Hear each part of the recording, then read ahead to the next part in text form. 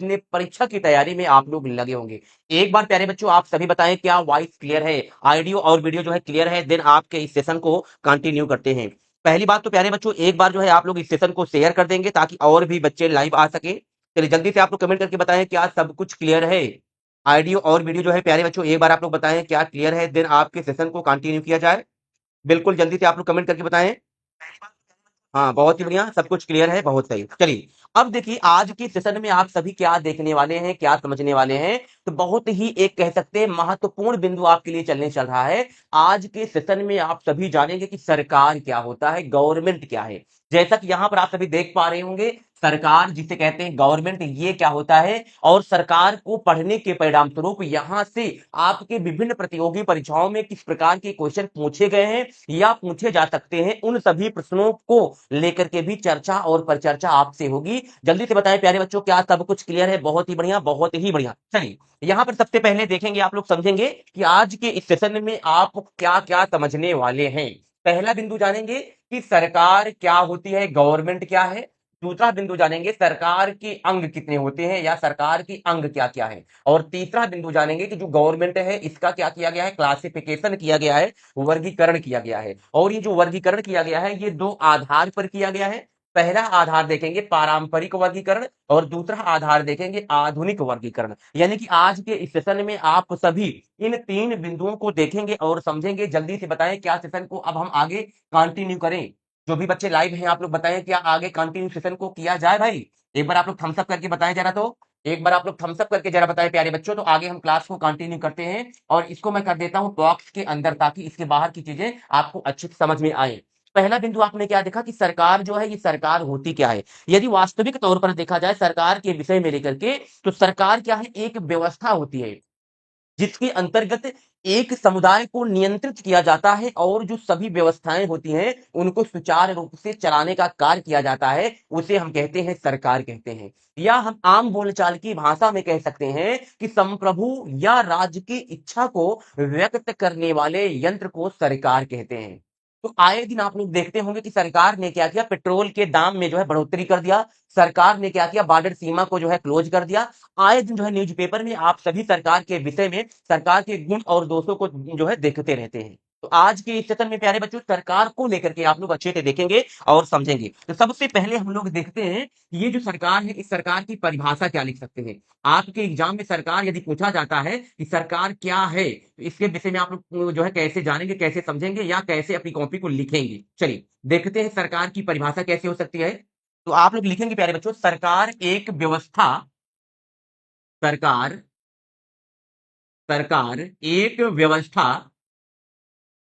सरकार एक व्यवस्था व्यवस्था या समुदाय है। सरकार एक व्यवस्था या समुदाय है जिसके द्वारा,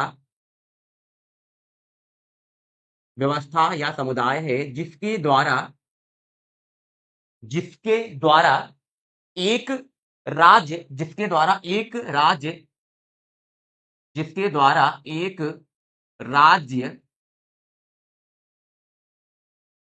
या राज्य या समुदाय को, जिसके द्वारा एक राज्य या समुदाय को नियंत्रित किया जाता है, समुदाय को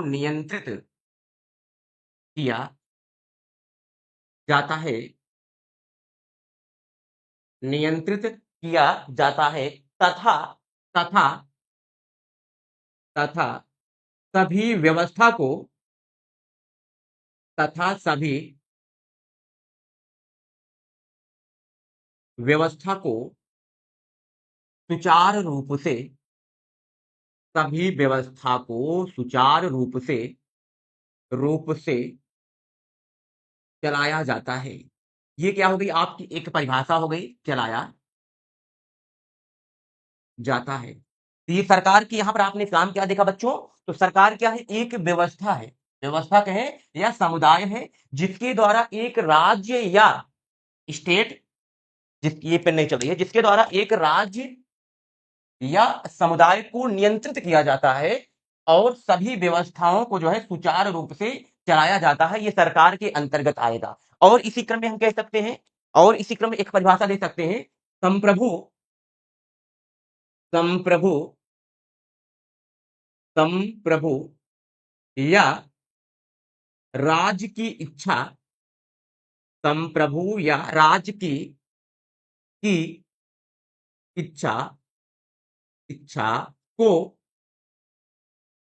व्यक्त करने वाले, संप्रभु या राज की इच्छा को व्यक्त करने वाले वाले यंत्र को करने वाले यंत्र को सरकार कहते हैं, यंत्र को सरकार कहते हैं।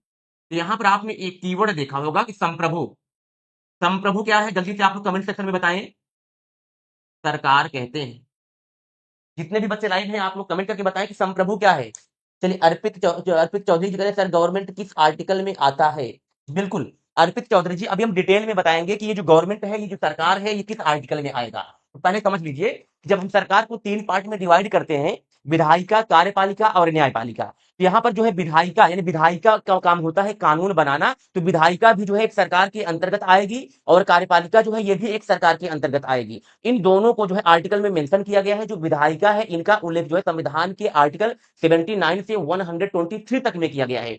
और यहाँ पे जो कार्यपालिका आपने देखा, इनका जो मेंशन किया गया है आर्टिकल 52 से लेकर के 152 में किया गया है। अभी डिटेल में प्यारे बच्चे जो है आप सबको बताएंगे कि ये जो सरकार है इनका उल्लेख किस आर्टिकल में किया गया है, लेकिन थोड़ा सा आप लोग धैर्य बना के चलेंगे तभी पॉसिबल हो पाएगा। आपके मन में जो भी जिज्ञासाएं जग रही है, उन सारी जिज्ञासाओं का जो है इस सेशन में सब कुछ समाधान होगा, लेकिन थोड़ा सा आपको समय देना पड़ेगा, ठीक है ना। अभी मैं आपको बता रहा हूँ कि सरकार क्या होता है, ये पहले क्लियर हो जाए, देन आपको एकदम डिटेल में समझा देंगे कि जो है कौन कौन से आर्टिकल में इनका जो है मेंशन किया गया है। ओके, बात हो गई क्लियर। चलिए यहां पर देखेंगे तो आपने क्या देखा कि संप्रभु या राज्य की इच्छा को व्यक्त करने वाले यंत्र को क्या कहते हैं, सरकार कहते हैं। यहां पर एक कीवर्ड आपने क्या देखा कि संप्रभु देखा, तो संप्रभु का मतलब क्या होता है, सर्वोच्च शक्ति या सर्वोच्च इच्छा। ध्यान देंगे, संप्रभु का मतलब होता है सर्वोच्च, सर्वोच्च शक्ति कहें या सर्वोच्च शक्ति या सर्वोच्च आदेश, संप्रभु का तात्पर्य होता है।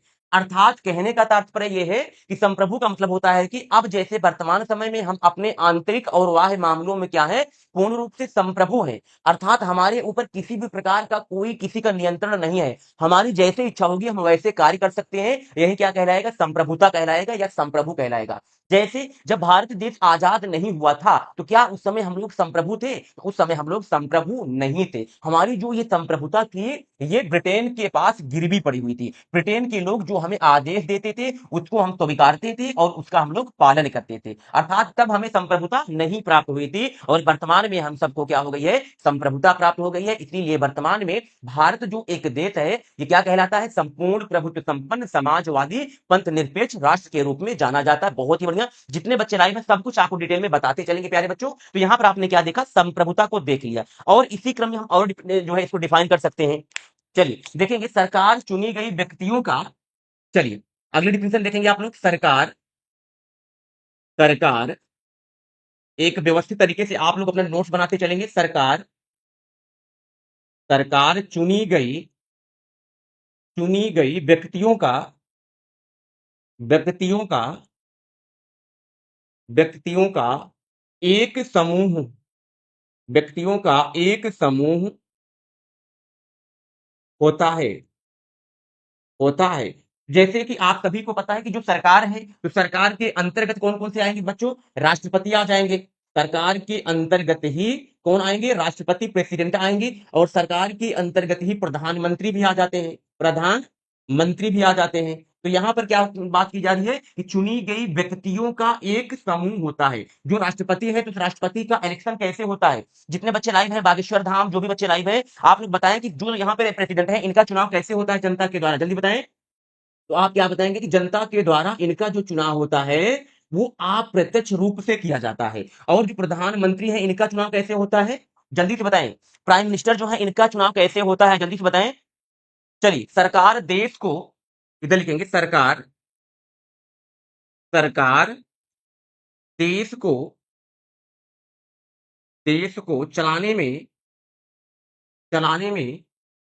में सुचारू रूप से चलाने में सुचारू रूप से मदद करता है, सुचारू रूप से रूप से मदद मदद करता है और और देश के विकास में और देश के विकास में और देश के विकास में सहयोग करते हैं या करता है। चलिए, तो यहां पर आपने क्या देखा कि ये सरकार हो गया। अभी हमारा क्वेश्चन क्या था आप सभी से, आपने आंसर नहीं बताया। जितने बच्चे लाइव हैं, अर्पित चौहान जी लाइव, गेनिंग, बागेश्वर धाम, स्वांग से जितने बच्चे लाइव हैं, आपने बताया नहीं। मैंने क्या बताया कि जो प्रेसिडेंट है इनका चुनाव जनता के द्वारा अप्रत्यक्ष रूप से होता है। तो मेरा क्वेश्चन था कि जो प्राइम मिनिस्टर होते हैं इनका इलेक्शन बताओ कैसे होता है। तो सीधी सी बात जान लीजिए, जो प्राइम मिनिस्टर होते हैं इनका चुनाव जनता के द्वारा, एक प्रकार से हम कह सकते हैं कि ये प्रत्यक्ष रूप से होता है। प्राइम मिनिस्टर का चुनाव जनता के द्वारा प्रत्यक्ष रूप से होता है। अब यहाँ पर थोड़ा सा देखेंगे कैसे। जैसे मान लीजिए कि व्यक्तियों में, यानी कि हम लोग हो गए, ये व्यक्ति हो गए। व्यक्ति लोग क्या करते हैं, ये पहले प्रत्यक्ष रूप से एमपी को चुनते हैं। व्यक्ति क्या करते हैं, प्रत्यक्ष रूप से मेंबर ऑफ पार्लियामेंट को चुनते हैं। एमपी हो गए, या हम कहें एमएलसी होते हैं, मेंबर ऑफ लेजिस्लेटिव काउंसिल को चुनते हैं। फिर इन्हीं एमपी और एमएलसी में से, एमएलसी या इसी में और आते हैं एमएलए आते हैं, एमएलसी हो गए। चलिए, इन्हीं फिर एमपी और एमएलसी में से जो बहुमत दल जिनका होता है, एमपी और एमएलसी में से जो बहुमत दल जिनका होता है, इन्हीं बहुमत दल वाले में से किसी भी व्यक्ति को, जो भारत का राष्ट्रपति होता है, प्रधानमंत्री जो है इनको नियुक्त कर देता है। और आगे आपको बताएंगे कि संविधान का जो आर्टिकल 75 है, अनुच्छेद जो 75 है, इसी अनुच्छेद 75 के अकॉर्डिंग भारत के प्रधानमंत्री की नियुक्ति होती है। ध्यान देंगे, इनका यहाँ पर चुनाव नहीं होता है प्राइम मिनिस्टर का, इनकी क्या होती है, नियुक्ति होती है। ठीक है ना। इस क्रम में आपने क्या देखा कि सरकार क्या होता है, तो यहाँ पर आपने देखा कि सरकार क्या है, एक व्यवस्था या समुदाय होता है। थोड़ा सा एक बार आपका पुनः रिवीजन करा देते हैं। सरकार क्या हो गई, एक व्यवस्था या समुदाय हो गई है, जिसके द्वारा यहाँ पर क्या हो रहा है कि एक राज्य या समुदाय को नियंत्रित किया जा रहा है। भाई जैसे कि मान लीजिए भारत में कुल कितने राज्य हो गए, मान लीजिए कि वर्तमान में 28 राज्य, आप सभी को पता है। इन 28 राज्यों का संचालन कौन करेगा, यही सरकार ही तो करेगी। और राज्यों का संचालन करने के लिए कहें, या राज्यों को नियंत्रित करने के लिए, प्रत्येक राज्य में ही क्या करती है कि मुख्यमंत्री की नियुक्ति की जाती है, ताकि सभी सभी 28 राज्यों की व्यवस्था को सुचारू रूप से चलाया जा सके। या इसकी एक अलग डिफिनेशन यहां पर देखेंगे आप लोग, संप्रभु या राज्य की इच्छा को व्यक्त करने वाले यंत्र को ही क्या कहते हैं, सरकार कहते हैं। मैंने यहां पर आपको डिटेल में बताया। संप्रभुता क्या है, ये लैटिन भाषा के सॉवरेंटी शब्द से बना हुआ है, जिसका अर्थ क्या होता है, सर्वोच्च शक्ति या सर्वोच्च आदेश होता है। और संप्रभुता को ही कहते हैं बच्चों, यहाँ पर क्या कहते हैं, राज्य की आत्मा के नाम से जाना जाता है। सोल ऑफ स्टेट, राज्य की आत्मा के नाम से संप्रभुता को जाना जाता है। जितने बच्चे भी लाइव हैं, आप लोग बताएं कमेंट सेक्शन में कि संविधान की आत्मा किसे कहा जाता है। जो भी बच्चे लाइव है, देखते हैं आप लोग कितनी तैयारी हो गई है आपकी। संविधान की आत्मा किसे कहा जाता है, जल्दी से आप लोग कमेंट सेक्शन में आंसर बताएंगे। और अगला क्वेश्चन बताएंगे कि संविधान का जो आर्टिकल 32 है, इसे संविधान की हृदय एवं आत्मा किसने कहा था, इसका भी आंसर आप लोग बताएंगे। जल्दी से आप लोग कमेंट सेक्शन में बताएंगे। चलिए आगे देखेंगे कि मैंने यहाँ पर ये सब बातें आपको समझाया। अर्थात यहाँ पर प्यारे बच्चों, जो पहला बिंदु था कि सरकार क्या है, इसको आपने अच्छे से देखा और समझा। अब यहाँ पर सबसे पहला कमेंट आया था अर्पित चौधरी जी का कि सर गवर्नमेंट किस आर्टिकल में आता है। अब अर्पित चौधरी जी के द्वारा पूछे गए प्रश्न का जो है हम यहाँ पर व्याख्या करते हैं और आपको समझाते हैं कि सरकार जो है ये किस आर्टिकल के अंतर्गत आएगा। चलिए, तो अब हम इरेज करें बच्चों, जल्दी से बताएं आप लोग, क्या ये क्लियर हो गया है। अब आगे देखते हैं बच्चों, अब हम आगे चलते हैं, देखते हैं कि सरकार के अंग क्या क्या है। सरकार के अंग क्या क्या है, इसको आप लोग देखेंगे। थोड़ा सा आप लोग, सरकार के अंग क्या है, जल्दी से जो भी बच्चे लाइव हैं आप लोग आंसर को कमेंट करके बताएंगे। मैंने भी आपसे जो क्वेश्चन किया था उसका आंसर क्या होगा, जितने बच्चे लाइव हैं फटाफट आप लोग बताएंगे आंसर। चलिए मैं कमेंट तक देखूं, भाई आप लोग कमेंट कर ही नहीं रहे इस समय।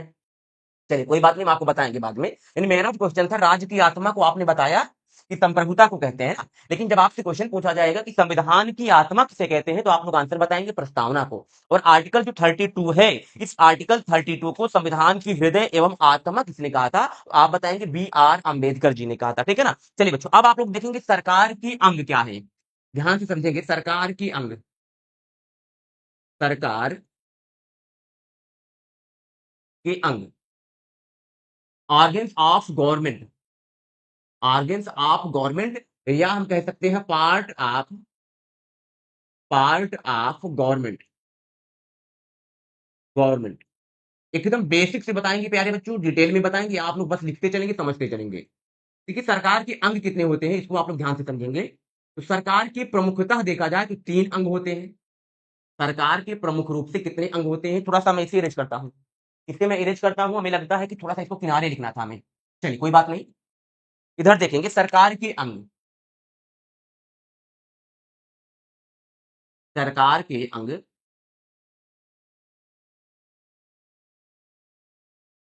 Part of government. सरकार के कितने अंग होते हैं, 3 अंग होते हैं। सरकार के बच्चों 3 अंग होते हैं। पहला अंग जो होता है उसका क्या नाम है, विधायिका। पहला जो अंग है उसे विधायिका कहते हैं, या कहीं कहीं किताबों में आप लोग इसका एक अलग नाम पा जाएंगे। इसे किताबों में कहीं कहीं आप लोग देखेंगे व्यवस्थापिका के नाम से भी जाना जाता है। विधायिका कहें या व्यवस्थापिका कहें, तो दोनों का काम क्या है, एक ही है। और इसी क्रम में दूसरा देखेंगे अंग क्या है, दूसरा अंग क्या है, तो कार्यपालिका है। दूसरा अंग है कार्यपालिका। दूसरा अंग आपने कार्यपालिका देखा। और जो तीसरा अंग है, ध्यान देंगे, जो तीसरा अंग है विधायिका, कार्यपालिका, और ये क्या है, न्यायपालिका है। न्यायपालिका, न्यायपालिका। ठीक है। अब यहां पर देखेंगे कि जो विधायिका है, तो विधायिका को इंग्लिश में क्या कहते हैं, लेजिस्लेटिव कहते हैं।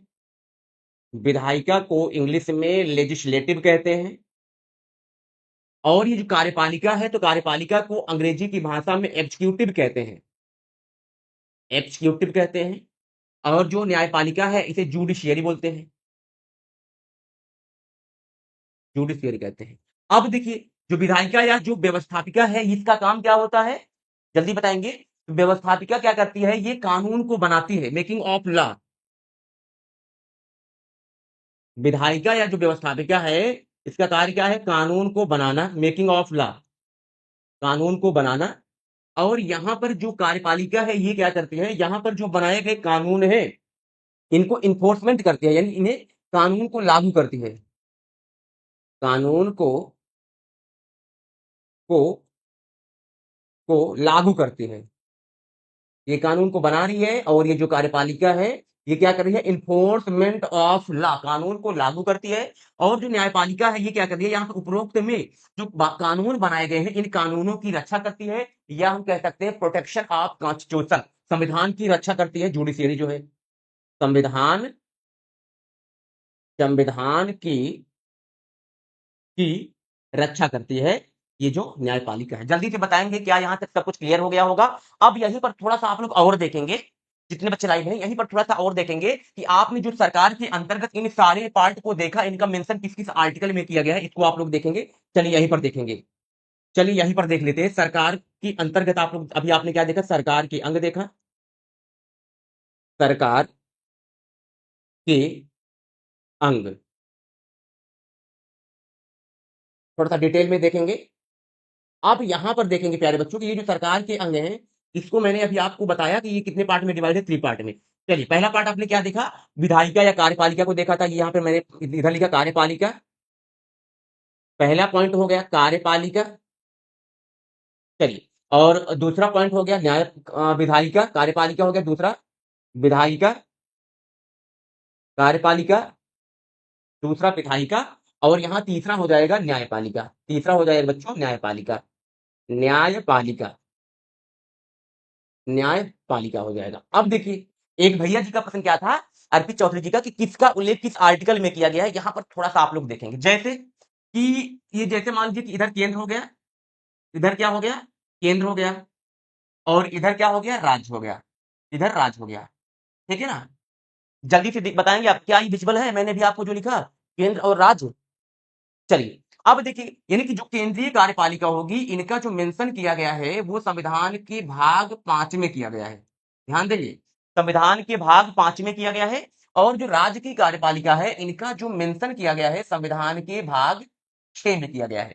यानी कि यहाँ पर जो आपने कार्यपालिका देखा, तो कार्यपालिका के अंतर्गत बात की जा रही है, तो केंद्र में भी कार्यपालिका होगी और राज्यों में भी कार्यपालिका होगी। यानी कि जो केंद्रीय कार्यपालिका होगी, इनका जो मेंशन किया गया है, इनका जो मेंशन किया गया है अनुच्छेद 52 से लेकर के अनुच्छेद 78 तक में किया गया है। ध्यान देंगे, आर्टिकल 52 से लेकर के आर्टिकल 78 तक में किया गया है किसका उल्लेख? केंद्रीय कार्यपालिका का। अब इसी क्रम में देखेंगे जो केंद्रीय विधायिका है इनका मेंशन कहाँ किया गया है? तो संविधान का जो आर्टिकल है 79, अनुच्छेद 79 से अनुच्छेद 123 तक में किया गया है केंद्रीय विधायिका का उल्लेख। और जो न्यायपालिका है, तो न्यायपालिका, केंद्रीय न्यायपालिका का मतलब क्या हो जाएगा? सुप्रीम कोर्ट हो जाएगा। इनका मेंशन जो किया गया है अनुच्छेद 124 से लेकर के 143 तक में किया गया है, ठीक है ना। अब इसी तरीके से देखेंगे कि जो राजकीय कार्यपालिका है इनका मेंशन किस आर्टिकल में किया गया है बच्चों, देखेंगे तो अनुच्छेद यहां पर लिखेंगे, अनुच्छेद लिखेंगे 152 से 167 तक में किया गया है। और इधर जो विधायिका है इसका मेंशन किया गया है, राजकीय जो विधायिका है अनुच्छेद 168 से 213 तक में किया गया है, अनुच्छेद 168 से 213 तक में किया गया है। और इसी क्रम में देखेंगे कि जो न्यायपालिका है यानी कि हाई कोर्ट मान लीजिए, अनुच्छेद क्या हो जाएगा? 214 से 237 तक में किया गया, 237 तक में किया गया है। इस तरीके से ये सरकार का उल्लेख किस आर्टिकल में किया गया है, एक बच्चे ने कमेंट किया था, इसीलिए मैंने आपको यहां पर समझा दिया। अब देखेंगे बच्चों कि यहां पर कार्यपालिका की बात की जा रही है, यानी जो केंद्रीय कार्यपालिका है, तो केंद्रीय कार्यपालिका के अंतर्गत बच्चों क्या क्या आता है? इसमें क्या आ जाएंगे? राष्ट्रपति आ जाएंगे, प्रधानमंत्री आ जाएंगे और मंत्रिपरिषद आ जाएगा। तो इनका उल्लेख आर्टिकल 52 से 78 में किया गया है। अभी डिटेल में आगे जो है हम आपको बताएंगे, ठीक है ना। जल्दी से बताएं, क्या यहां तक सब कुछ क्लियर हो गई? सारी बातें यहां तक सब कुछ क्लियर है? चलिए, बहुत बढ़िया, हमें लग रहा है कि सारी बातें आपको समझ में आ गई होंगी। अब यहां पर देखेंगे बच्चों कि स्टेप बाय स्टेप देखेंगे। पहला बिंदु यहां पर आपने क्या देखा था कि सरकार के अंग में विधायिका देखा, जिसे कहते हैं व्यवस्थापिका भी कहते हैं। तो अब हम आगे आपसे चर्चा करेंगे कि व्यवस्थापिका क्या है। आगे चला जाए, जो भी बच्चे लाइव हैं, चलिए आगे चलते हैं, आगे चलते हैं। अभी उपरोक्त में मैंने आपको जो यहां पर एक लिखा था, इसमें थोड़ा सा आप लोग ध्यान देंगे, थोड़ा सा ध्यान देंगे। चलिए उसको आगे बताएंगे आपको, इस बिंदु को जो है अभी आगे बताएंगे। अब पहले देखते हैं विधायिका, देखते हैं विधायिका, विधायिका देखते हैं, विधायिका, विधायिका। तो ये जो विधायिका होती है ये भी दो चरणों में पाई जाएगी, एक केंद्र में पाई जाएगी और दूसरा राज्य में पाई जाएगी। विधायिका दो चरणों में पाई जाएगी। इधर लिखेंगे क्या? इन सेंटर हो जाएगा, सेंट्रल हो जाएगा। केंद्र में भी विधायिका होती है और केंद्र के साथ साथ राज्य में भी विधायिका होती है, ध्यान से समझेंगे, राज्य में भी विधायिका होगी। अब यहां पर देखेंगे कि जो केंद्र की विधायिका है, तो केंद्र की विधायिका को किस नाम से जाना जाता है? संसद नाम से जाना जाता है। केंद्र की विधायिका को संसद के नाम से जाना जाता है। और जो राज्य की विधायिका होगी इसे किस नाम से जाना जाएगा? विधान मंडल के नाम से, विधान विधान मंडल के नाम से राज्य की विधायिका को जाना जाएगा। अब ये जो संसद है, इस ये जो पार्लियामेंट है, पार्लियामेंट के दो आर्गन्स होते हैं, दो अंग होते हैं। यहां पर ध्यान देंगे, पहला अंग क्या हो जाएगा? उच्च सदन हो जाएगा। पहला क्या हो जाएगा? उच्च सदन हो जाएगा, या प्रथम सदन भी कह सकते हैं या उच्च सदन भी कह सकते हैं। और दूसरा क्या हो जाएगा? निम्न सदन हो जाएगा। दूसरा क्या हो जाएगा? निम्न सदन हो जाएगा, जिसे कहते हैं दूसरा सदन कहते हैं, ठीक है ना। अब देखिए बच्चों, जो प्रथम सदन होता है या जो उच्च सदन होता है, ये क्या है? ये राज्यसभा है। ये क्या है? राज्यसभा है। और जो निम्न सदन है बच्चों, ये क्या है? तो ये जो है लोकसभा है। ये जो है लोकसभा है, ठीक है ना। ये क्या है? लोकसभा है। अब देखिए जो राज्यसभा है, तो राज्यसभा के जो प्रतिनिधि होते हैं इन्हें क्या बोलते हैं? राज्यसभा के जो सदस्य होते हैं इनको क्या बोलते हैं? इन्हें कहते हैं राज्यों के प्रतिनिधि बोलते हैं। इनको इनको राज्यों के प्रतिनिधि के नाम से जाना जाता है, राज्यों के प्रतिनिधि के नाम से जाना जाता है। और जो लोकसभा होता है, तो लोकसभा के जो सदस्य होते हैं इनको किस नाम से जाना जाता है? तो जनता के प्रतिनिधि, जनता के प्रतिनिधि के नाम से जाना जाता है, ठीक है ना। अब यहां पर देखेंगे कि जो राज्यों के प्रतिनिधि, यानी यहां पर देखेंगे जो जनता के प्रतिनिधि होते हैं इन्हें किस नाम से जाना जाता है? एमपी। इनको एमपी के नाम से जानते हैं, मेंबर ऑफ पार्लियामेंट के नाम से जाना जाता है। अब ध्यान देंगे कि इनका मेंशन किस आर्टिकल में किया गया है, यानी जो संसद है बच्चों, तो इनका उल्लेख जो है किस आर्टिकल में किया गया है? ध्यान देंगे, अनुच्छेद 79 में किया गया है। और जो राज्यसभा है इनका मेंशन बहुत महत्वपूर्ण है, अनुच्छेद 80 में किया गया है। और इनका मेंशन अनुच्छेद 81 में किया गया है। बात हो गई क्लियर? बात हो गई क्लियर यहां तक? देखिए, आपको यदि याद करना है कि ये ट्रिक कैसे याद हो तो ध्यान देंगे, ट्रिक बता रहे हैं आपको, एक ट्रिक बता रहे हैं। चलिए देखेंगे, नाम आपको क्या याद करना है? सरला। अच्छे से नाम याद कर लेंगे, क्या है? सरला है। तो सा पहले आ रहा है, पहले क्या आ रहा है? सा आ रहा है। फिर दूसरा क्या आ रहा है? रा आ रहा है। तीसरा क्या आ रहा है? ला आ रहा है। ठीक है ना? सा से क्या हो जाएगा? संसद हो जाएगा। सा से क्या हो जाएगा बच्चों? संसद हो जाएगा। रा से क्या हो जाएगा? राज्यसभा हो जाएगा। और ला से क्या हो जाएगा? लोकसभा हो जाएगा। लोक सभा हो जाएगा। यानी संसद पहले आ रहा है, सा पहले आ रहा है, तो इसका उल्लेख किसमें हो जाएगा? आर्टिकल 79 में हो जाएगा। फिर रा आ रहा है तो आर्टिकल 80 हो जाएगा। फिर आर्टिकल क्या हो जाएगा बच्चों? 81 हो जाएगा। भूलेंगे नहीं आप लोग, इसको अच्छे से याद कर लेंगे।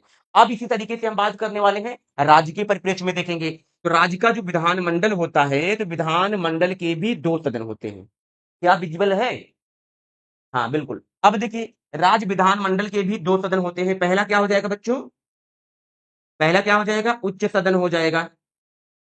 और इसी तरीके से दूसरा हो जाएगा निम्न सदन हो जाएगा। दूसरा निम्न सदन हो जाएगा। अब ये जो उच्च सदन है, ये क्या है? विधान परिषद है।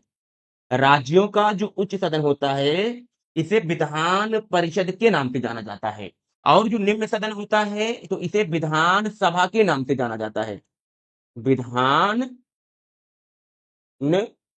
सभा के नाम से जाना जाता है। अब जो विधान परिषद के सदस्य होते हैं बच्चों, इनका पूरा नाम क्या होता है? सॉरी, इनको शॉर्ट में क्या कहते हैं? एमएलसी के नाम से जाना जाता है।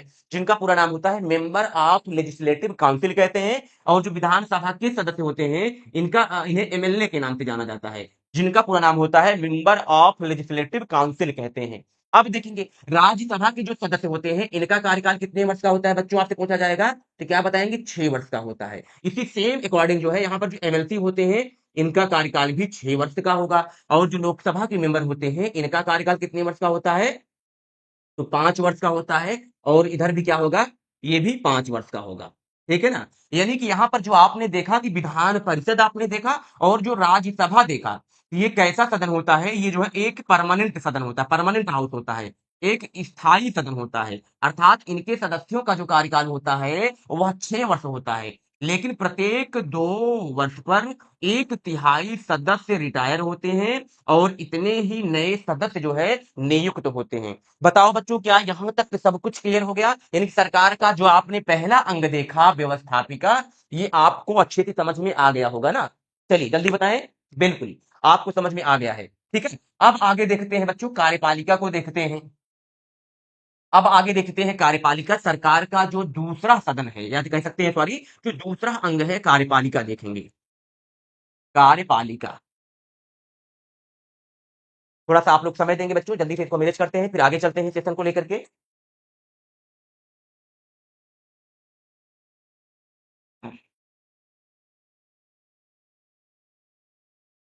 कार्यपालिका, जिस तरीके से आप सभी ने अभी विधायिका को देखा था, विधायिका दो भागों में डिवाइड आपने देखा कि केंद्र में अलग होती है, राज्यों में अलग होती है। उसी तरीके से बच्चों यहाँ की जो कार्यपालिका है, ये भी दो पार्ट में डिवाइड होगी।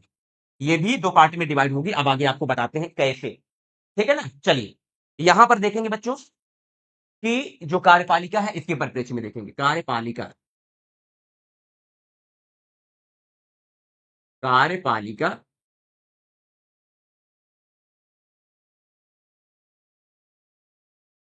इसको डिवाइड करेंगे टू पार्ट में बच्चों। कार्यपालिका को डिवाइड करेंगे टू पार्ट में। यहां पर एक तरफ क्या लिखेंगे? केंद्र में जो कार्यपालिका है, ये क्या हो जाएगा? केंद्र में कर देंगे। और दूसरी तरफ राज्य में कर देंगे। बात समझ में आई? यानी कि जो केंद्रीय कार्यपालिका होगी, बात समझेंगे बच्चों, जो केंद्रीय कार्यपालिका होगी, इसकी जो सारी शक्तियां निहित होती हैं, किसमें निहित होंगी? तो आप बताएंगे राष्ट्रपति में निहित होंगे। केंद्रीय कार्यपालिका की समस्त शक्तियां, वो भी औपचारिकता मात्र, राष्ट्रपति में निहित होंगी। और इसी तरीके से राज्य की जो सारी शक्तियां होंगी औपचारिक रूप से, वो राज्यपाल में निहित होंगी। अब यहां पर ध्यान देंगे कि जो राष्ट्रपति जी हैं, तो राष्ट्रपति जी का उल्लेख संविधान के किस आर्टिकल में किया गया है? अनुच्छेद 52 में किया गया है। इसी तरीके से देखेंगे कि जो राज्यपाल जी हैं, इनका जो उल्लेख किया गया है संविधान के अनुच्छेद 153 में किया गया है। अब यहां पर देखेंगे राष्ट्रपति, राष्ट्रपति जी क्या करते हैं, राष्ट्रपति जी क्या करते हैं, ये जो है प्रधानमंत्री के, प्रधान प्रधानमंत्री ना करके यहां लिखेंगे मंत्रिपरिषद, मंत्री परिषद के के नेतृत्व वाली, मंत्रिपरिषद के नेतृत्व वाली, मंत्रिपरिषद के प्रधानमंत्री के नेतृत्व वाली मंत्रिपरिषद, मंत्री परिषद, यहां पे क्या होगा, प्रधानमंत्री के नेतृत्व वाली, प्रधानमंत्री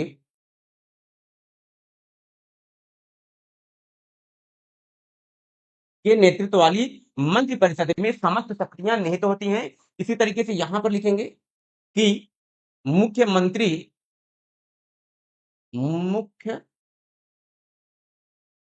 मंत्री के, मुख्यमंत्री के नेतृत्व वाली,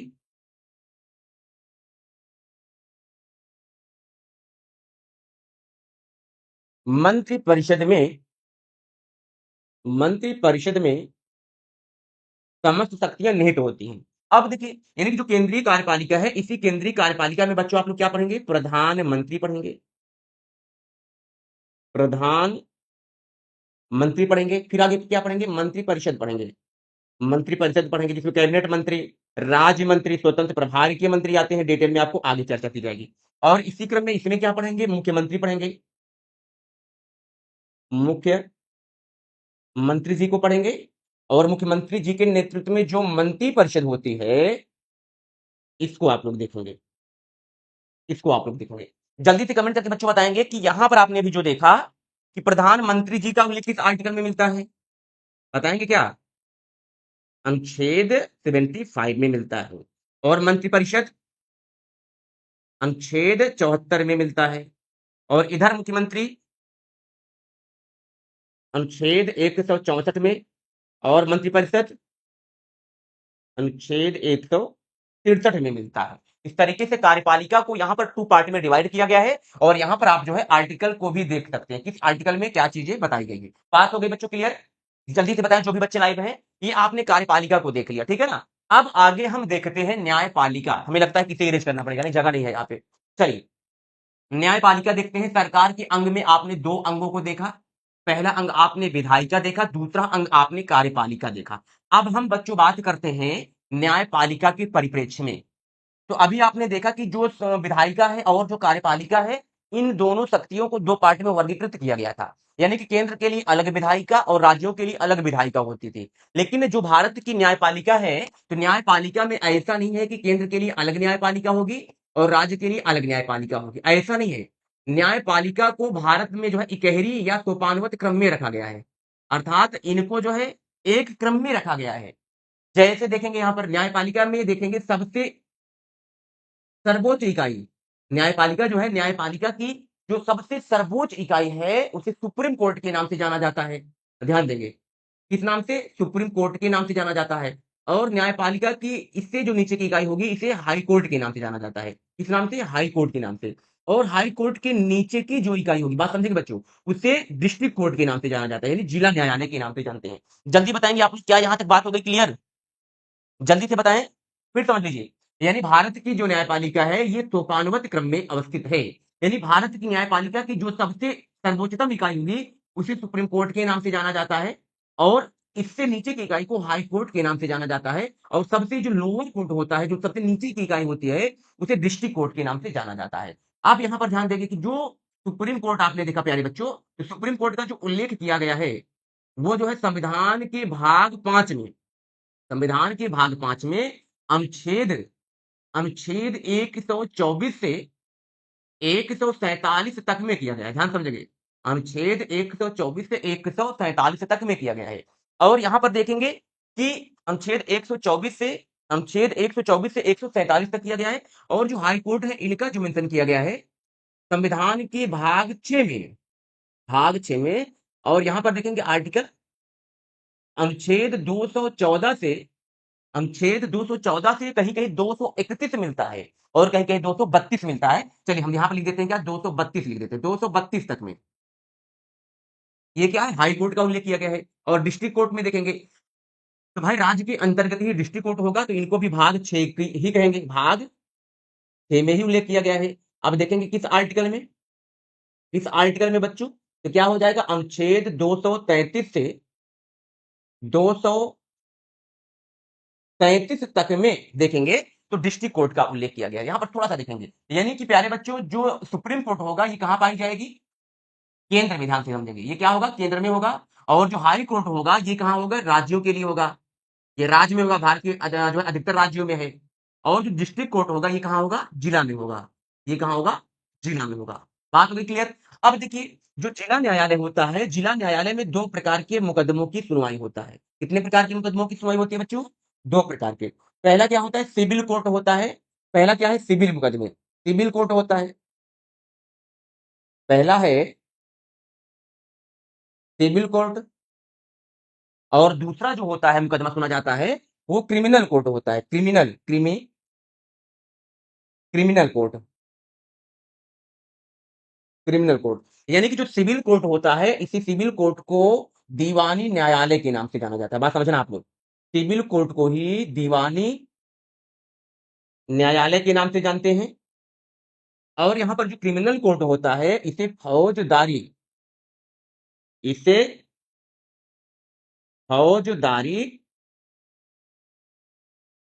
न्यायालय के नाम से जाना जाता है। यहां पर थोड़ा सा ध्यान देंगे आप लोग कि जो दीवानी न्यायालय है, जो सिविल कोर्ट होते हैं, इसमें किस प्रकार के मुकदमों की सुनवाई होती है, तो आप लोग क्या लिखेंगे, जमीन जमीन जायदाद से से संबंधित मुकदमों मुकदमों की सुनवाई सुनवाई सिविल कोर्ट में होती है। और यहां देखेंगे मारपीट से संबंधित, मारपीट लड़ाई झगड़ा से संबंधित मुकदमों की सुनवाई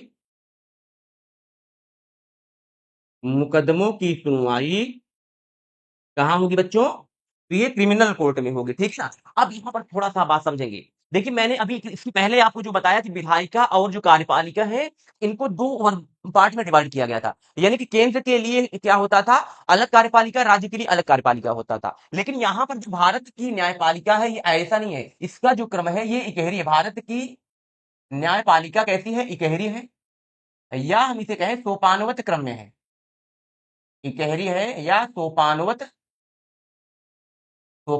क्रम में। यहाँ पर इकहरी नहीं देख रहे हैं आप लोग, supreme court, high court, district court. यानी कि मान लीजिए कि कोई भी मुकदमा है, जैसे जिला न्यायालय में पहले मान लीजिए मारपीट से संबंधित मुकदमा है, तो पहले वह जिला न्यायालय के क्रिमिनल कोर्ट में सुनाया जाएगा। यदि क्रिमिनल कोर्ट में उस व्यक्ति को न्याय नहीं मिला तो वो फिर कहाँ जाएगा, वो हाई कोर्ट जाएगा। मतलब यहाँ पे आपने क्या देखा, जिला न्यायालय में क्रिमिनल कोर्ट में उसको न्याय नहीं मिला तो वो हाई कोर्ट में जाएगा, फिर हाई कोर्ट से उसको न्याय नहीं मिला तो वो कहाँ जाएगा, सुप्रीम कोर्ट जाएगा, ठीक है ना। इसीलिए हमने क्या बोला आपको कि इकहरी या सोपानवत क्रम में भारत की न्यायपालिका को आपको मैंने बताया। लेकिन इसमें कुछ रूल और रेगुलेशन भी हैं, जैसे कि आपके जो मौलिक अधिकार है, बात समझेंगे, आपके जो मौलिक अधिकार हैं, यदि मौलिक अधिकारों का उल्लंघन होता है या हम कहें हनन होता है, तो कोई भी व्यक्ति सीधे अनुच्छेद 32 के तहत सुप्रीम कोर्ट जा सकता है। और कोई भी व्यक्ति अनुच्छेद 226 के तहत सीधे हाई कोर्ट जा सकता है, ऐसा बताया गया है। यहाँ पर उम्मीद करते हैं कि प्यारे बच्चों आप सभी को यहाँ पर सारी चीजें समझ में आ गई होंगी, सरकार का जो क्लासिफिकेशन किया गया है। अब हम आगे बात करने वाले हैं आप सभी से कि सरकार को कैसे जो है वर्गीकृत किया जा सकता है। क्लासिफिकेशन देखेंगे, सरकार का वर्गीकरण देखेंगे आप आगे आप लोग।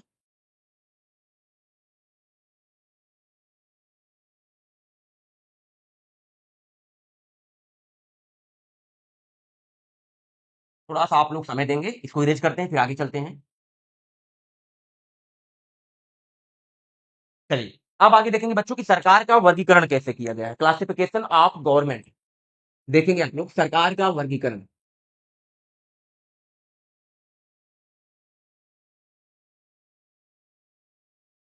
सरकार का वर्गीकरण, सरकार को दो पार्ट में वर्गीकृत किया गया है। पहला देखेंगे, पहला देखेंगे बच्चों, यहां पर क्या हो जाएगा, पारंपरिक वर्गीकरण। पहला देखेंगे सरकार का जो क्लासिफिकेशन किया गया है दो आधार पर, इसमें पहला क्या हो जाएगा, पारंपरिक वर्गीकरण किया गया है, यानी कि ट्रेडिशनल आधार पर वर्गीकरण किया गया है। और दूसरा क्या हो जाएगा, आधुनिक वर्गीकरण किया गया है, मॉडर्न क्लासिफिकेशन, आधुनिक वर्गीकरण किया गया है। अब यहां पर देखेंगे पारंपरिक आधार पर, सरकार का जो पारंपरिक आधार पर वर्गीकरण किया गया है, पारंपरिक वर्गीकरण किया गया है, इसको आप लोग देखेंगे, ठीक है ना। तो पारंपरिक आधार पर सरकार को जो वर्गीकृत किया गया है, ये तीन पार्ट में किया गया है, थ्री पार्ट में किया गया है। पहला क्या हो जाएगा, राजतंत्र हो जाएगा, जिसे कहते हैं अंग्रेजी की भाषा में मोनार्किज्म, मोनार्की कहते हैं राजतंत्र। और दूसरा हो जाएगा कुलीन तंत्र, जिसे इंग्लिश में कहते हैं अरिस्टोक्रेसी, राजतंत्र, कुलीन तंत्र। और तीसरा क्या हो जाएगा, प्रजातंत्र, प्रजातंत्र को क्या बोलते हैं इंग्लिश में, डेमोक्रेसी कहते हैं। यानी कि पारंपरिक आधार पर सरकार को तीन पार्ट में डिवाइड किया गया, राजतंत्र बच्चों, कुलीन तंत्र और प्रजातंत्र हो गया। अब देखिए कि जो राजतंत्र है ये कैसा होगा, सरकार का प्राचीन रूप। ये राजतंत्र कैसा होगा, ये सरकार का क्या हो जाएगा, ये प्राचीन रूप हो जाएगा, यानी प्राचीन रूप में इस प्रकार की सरकारें पाई जाती थी। कुलीन तंत्र क्या देखेंगे, सरकार का मध्यकालीन रूप, यानी कि जब आप मेडिवल हिस्ट्री पढ़ेंगे, मेडिवल हिस्ट्री में सरकार का मध्यकालीन रूप कैसे था, कुलीन तंत्र का मध्यकालीन रूप देखेंगे। और डेमोक्रेसी, जो प्रजातंत्र है, ये कैसा देखेंगे आप लोग, आधुनिक रूप, सरकार का आधुनिक रूप, जैसे अभी वर्तमान में है आधुनिक रूप, आधुनिक रूप हो गया। अब देखिए जो राजतंत्र होता था, राजतंत्र में बताओ किसकी शासन होती थी, राजतंत्र में क्या आप देख रहे हैं कि प्राचीन काल में राजतंत्र होता था, तो राजतंत्र में किसकी शासन होती थी, एक व्यक्ति का, एक एक व्यक्ति का शासन होता था, एक व्यक्ति का, एक व्यक्ति का शासन होता था। उसे किस नाम से जानते थे, राजतंत्र के नाम से जानते थे। और कुलीन तंत्र यानी मध्यकालीन रूप, तो मध्यकालीन रूप में आपने क्या देखा था, कुछ यहां पर देखेंगे, कुलीन कुछ कुलीन लोगों का शासन, कुछ कुलीन लोगों का शासन, शासन ये क्या हो जाएगा, कुलीन तंत्र हो जाएगा। कुलीन का मतलब क्या हो जाएगा, मिडिवल हिस्ट्री जब पढ़ेंगे, औरंगजेब, बाबर, हुमायूं, ये सब क्या थे, एक प्रकार से रजवाड़े थे, इसीलिए इसको कुछ कुलीन लोगों का शासन कहा जाएगा। और आधुनिक रूप में क्या हो जाएगा, सबका शासन, आधुनिक रूप में क्या हो जाएगा, सबका शासन, सबका शासन का मतलब क्या हो जाएगा, जनता का, जनता के लिए जनता द्वारा शासन। किसने कहा था, अब्राहम लिंकन ने कहा था। तो ये आधार क्या हो गया, ये पारंपरिक आधार हो गया, ट्रेडिशनल क्लासिफिकेशन आपने देखा। अब यहां पर देखेंगे कि मॉडर्न क्लासिफिकेशन क्या है, ये आधुनिक आधार पर जो है सरकार को कैसे क्लासिफिकेशन पे किया गया है। चलिए आगे देखते हैं, जितने बच्चे भी लाइव है बताएं क्या यहां तक सारी बातें समझ में आ रही है। अब देखेंगे सरकार का आधुनिक वर्गीकरण, इसको इरेज करते हैं फिर आगे चलते हैं। आधुनिक आधार पर सरकार को किस पार्ट में कैसे डिवाइड किया गया है। चलिए यहां पर देखेंगे सरकार का आधुनिक वर्गीकरण, यानी कि प्रेजेंट में देखा जाए तो पूरे विश्व स्तर पर सरकार को कैसे कैसे या किन किन नामों से जाना जाता है, या इसको कैसे क्लासिफाइड किया गया है, ठीक है ना। आधुनिक आधार पर सरकार को दो पार्ट में डिवाइड किया जाता है बच्चों, दो पार्ट में डिवाइड किया जाता है, ठीक है ना। यहाँ पर पहला आप देखेंगे क्या, पहला आप क्या देखेंगे, शक्ति पृथक्करण के आधार पर। पहला पॉइंट क्या हो जाएगा, ये चल नहीं रहा है, इसको चेंज करते हैं ना। पहला हो जाएगा शक्ति पृथक्करण के आधार पर, शक्ति पृथक्करण के आधार पर, शक्ति पृथक्करण के आधार पर। दूसरा हो जाएगा बच्चों शक्ति विभाजन के आधार पर, दूसरा शक्ति विभाजन के आधार पर, ठीक है ना। अब यहां पर देखेंगे थोड़ा सा कि शक्ति पृथक्करण के आधार पर सरकार को कितने पार्ट में डिवाइड किया जा सकता है, तो दो पार्ट में। शक्ति पृथक्करण के आधार पर सरकार को दो पार्ट में डिवाइड किया जा सकता है। पहला क्या हो जाएगा बच्चों, पहला क्या हो जाएगा, संसदीय सरकार, जिसे इंग्लिश में कहते हैं पार्लियामेंट्री गवर्नमेंट, ध्यान देंगे। संसदीय सरकार को इंग्लिश में कहते हैं क्या? पार्लियामेंट्री गवर्नमेंट कहते हैं। और दूसरा क्या हो जाएगा? अध्यक्षीय सरकार, जिसे कहते हैं इंग्लिश में प्रेसिडेंशियल गवर्नमेंट, अध्यक्षीय सरकार हो जाएगा।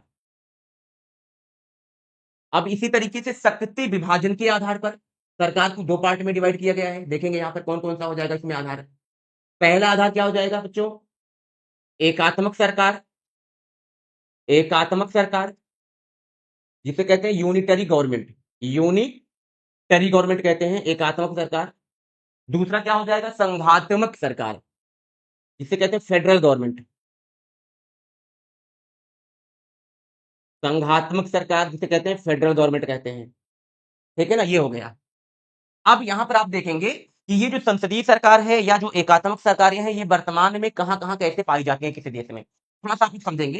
देखिए बच्चों, ये जो संसदीय सरकार है और ये जो एकात्मक सरकार है, हम इसको लेकर के चर्चा करते हैं। तो ये सरकार जो है बच्चों, संसदीय और एकात्मक सरकार कहां पाई जाती है? यूके में। यूके मतलब क्या हो जाएगा? यूनाइटेड किंगडम, मतलब ब्रिटेन। क्या हो जाएगा? ब्रिटेन में पाई जाती है।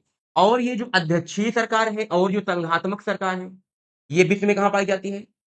विश्व में कहां पाई जाती है प्यारे बच्चों? तो आप क्या बताएंगे? अमेरिका, यूएसए, यूएसए, अमेरिका में पाई जाती है। बात हो गई क्लियर। लेकिन यहीं पर थोड़ा सा आप लोग ध्यान देंगे, तो ये जो संसदीय सरकार है और ये जो संघात्मक सरकार है बच्चों, ये कहां पाई जाती है? ये कहां पाई जाती है? तो आप क्या बताएंगे? सॉरी, संसदीय सरकार और ये जो संघात्मक सरकार है, ये कहां पाई जाएगी? तो अपने भारत देश में। बोलो कहां पाई जाएगी? अपने भारत देश में संसदीय सरकार और संघात्मक सरकार पाई जाती है। बताओ, सब कुछ क्लियर हो गया? जितने बच्चे लाइव हैं आप लोग बताएं, क्या यहां तक सारी बातें क्लियर आ गई समझ में आपको? जल्दी बताएं आप लोग। बिल्कुल समझ में आ गई होगी, उम्मीद करते हैं। अब यहाँ पर देखेंगे कि मैंने जो है यहाँ पर क्या होता है, शक्ति पृथक्करण के आधार पर, तो शक्ति पृथक्करण के आधार पर और शक्ति विभाजन, तो यहाँ पर आपको ये समझ में आ रहा होगा कि दोनों का अर्थ क्या होता है सर? अलग अलग ही होता है। लेकिन यहाँ पर पृथक्करण का मतलब क्या होता है? ये मिली जुली सरकारें होती है, ध्यान देंगे। पृथक्करण का मतलब ये होता है कि मिली जुली सरकारें होती हैं, मिली जुली सरकारें होती हैं, इसीलिए यहाँ पर मैंने पृथक्करण शब्द यूज किया। और विभाजन का मतलब क्या होता है? कि पूर्णतः अलग होती हैं, पूर्णतः क्या होती हैं? अलग होती है या अलग अलग कह सकते हैं। वहां के लिए मैंने यूज किया विभाजन। जैसे मैंने आपसे बात किया NaCl, NaCl सूत्र क्या होता है? किसका सूत्र है? नमक का है। नमक में क्या होता है? Na मिला होता है और Cl मिला होता है, यानी ये मिली जुली है। नमक क्या है? मिला जुला है Na से और Cl से। इसी तरीके से जो संसदीय सरकारें होती हैं और जो एकात्मक सरकारें होती हैं, इसमें कहीं ना कहीं विधायिका और कार्यपालिका का भी रोल होता है। तो आगे के सेशन में आपको डिटेल में बताएंगे कि संसदीय सरकारें होती क्या है प्यारे बच्चों, अध्यक्षीय सरकारें होती क्या है, एकात्मक सरकार क्या है और संघात्मक सरकार क्या है। जब हम अगला सेशन लेकर के आएंगे तो आपको डिटेल में बताएंगे। यानी कि आज के सेशन में आपने अच्छे से देखा और समझा कि सरकार क्या है, इन बिंदुओं को आपने कवर किया। सरकार के पार्ट क्या है, इसको आपने देखा। और सरकार का जो क्लासिफिकेशन किया गया है, इसको आपने देखा। इन तीन बिंदुओं को आपने अच्छे से डिटेल में देखा और समझा। अब हम प्यारे बच्चों इस सेशन को करते हैं यहीं पर समाप्त। यदि अभी तक आपने अपने इस परिवार को जो है एक्सेप्ट नहीं किया है, एक्सेप्ट कहने का मतलब आपने सब्सक्राइब नहीं किया है, तो चैनल को आप लोग सब्सक्राइब भी कर लेंगे और इस लिंक को एक दूसरे के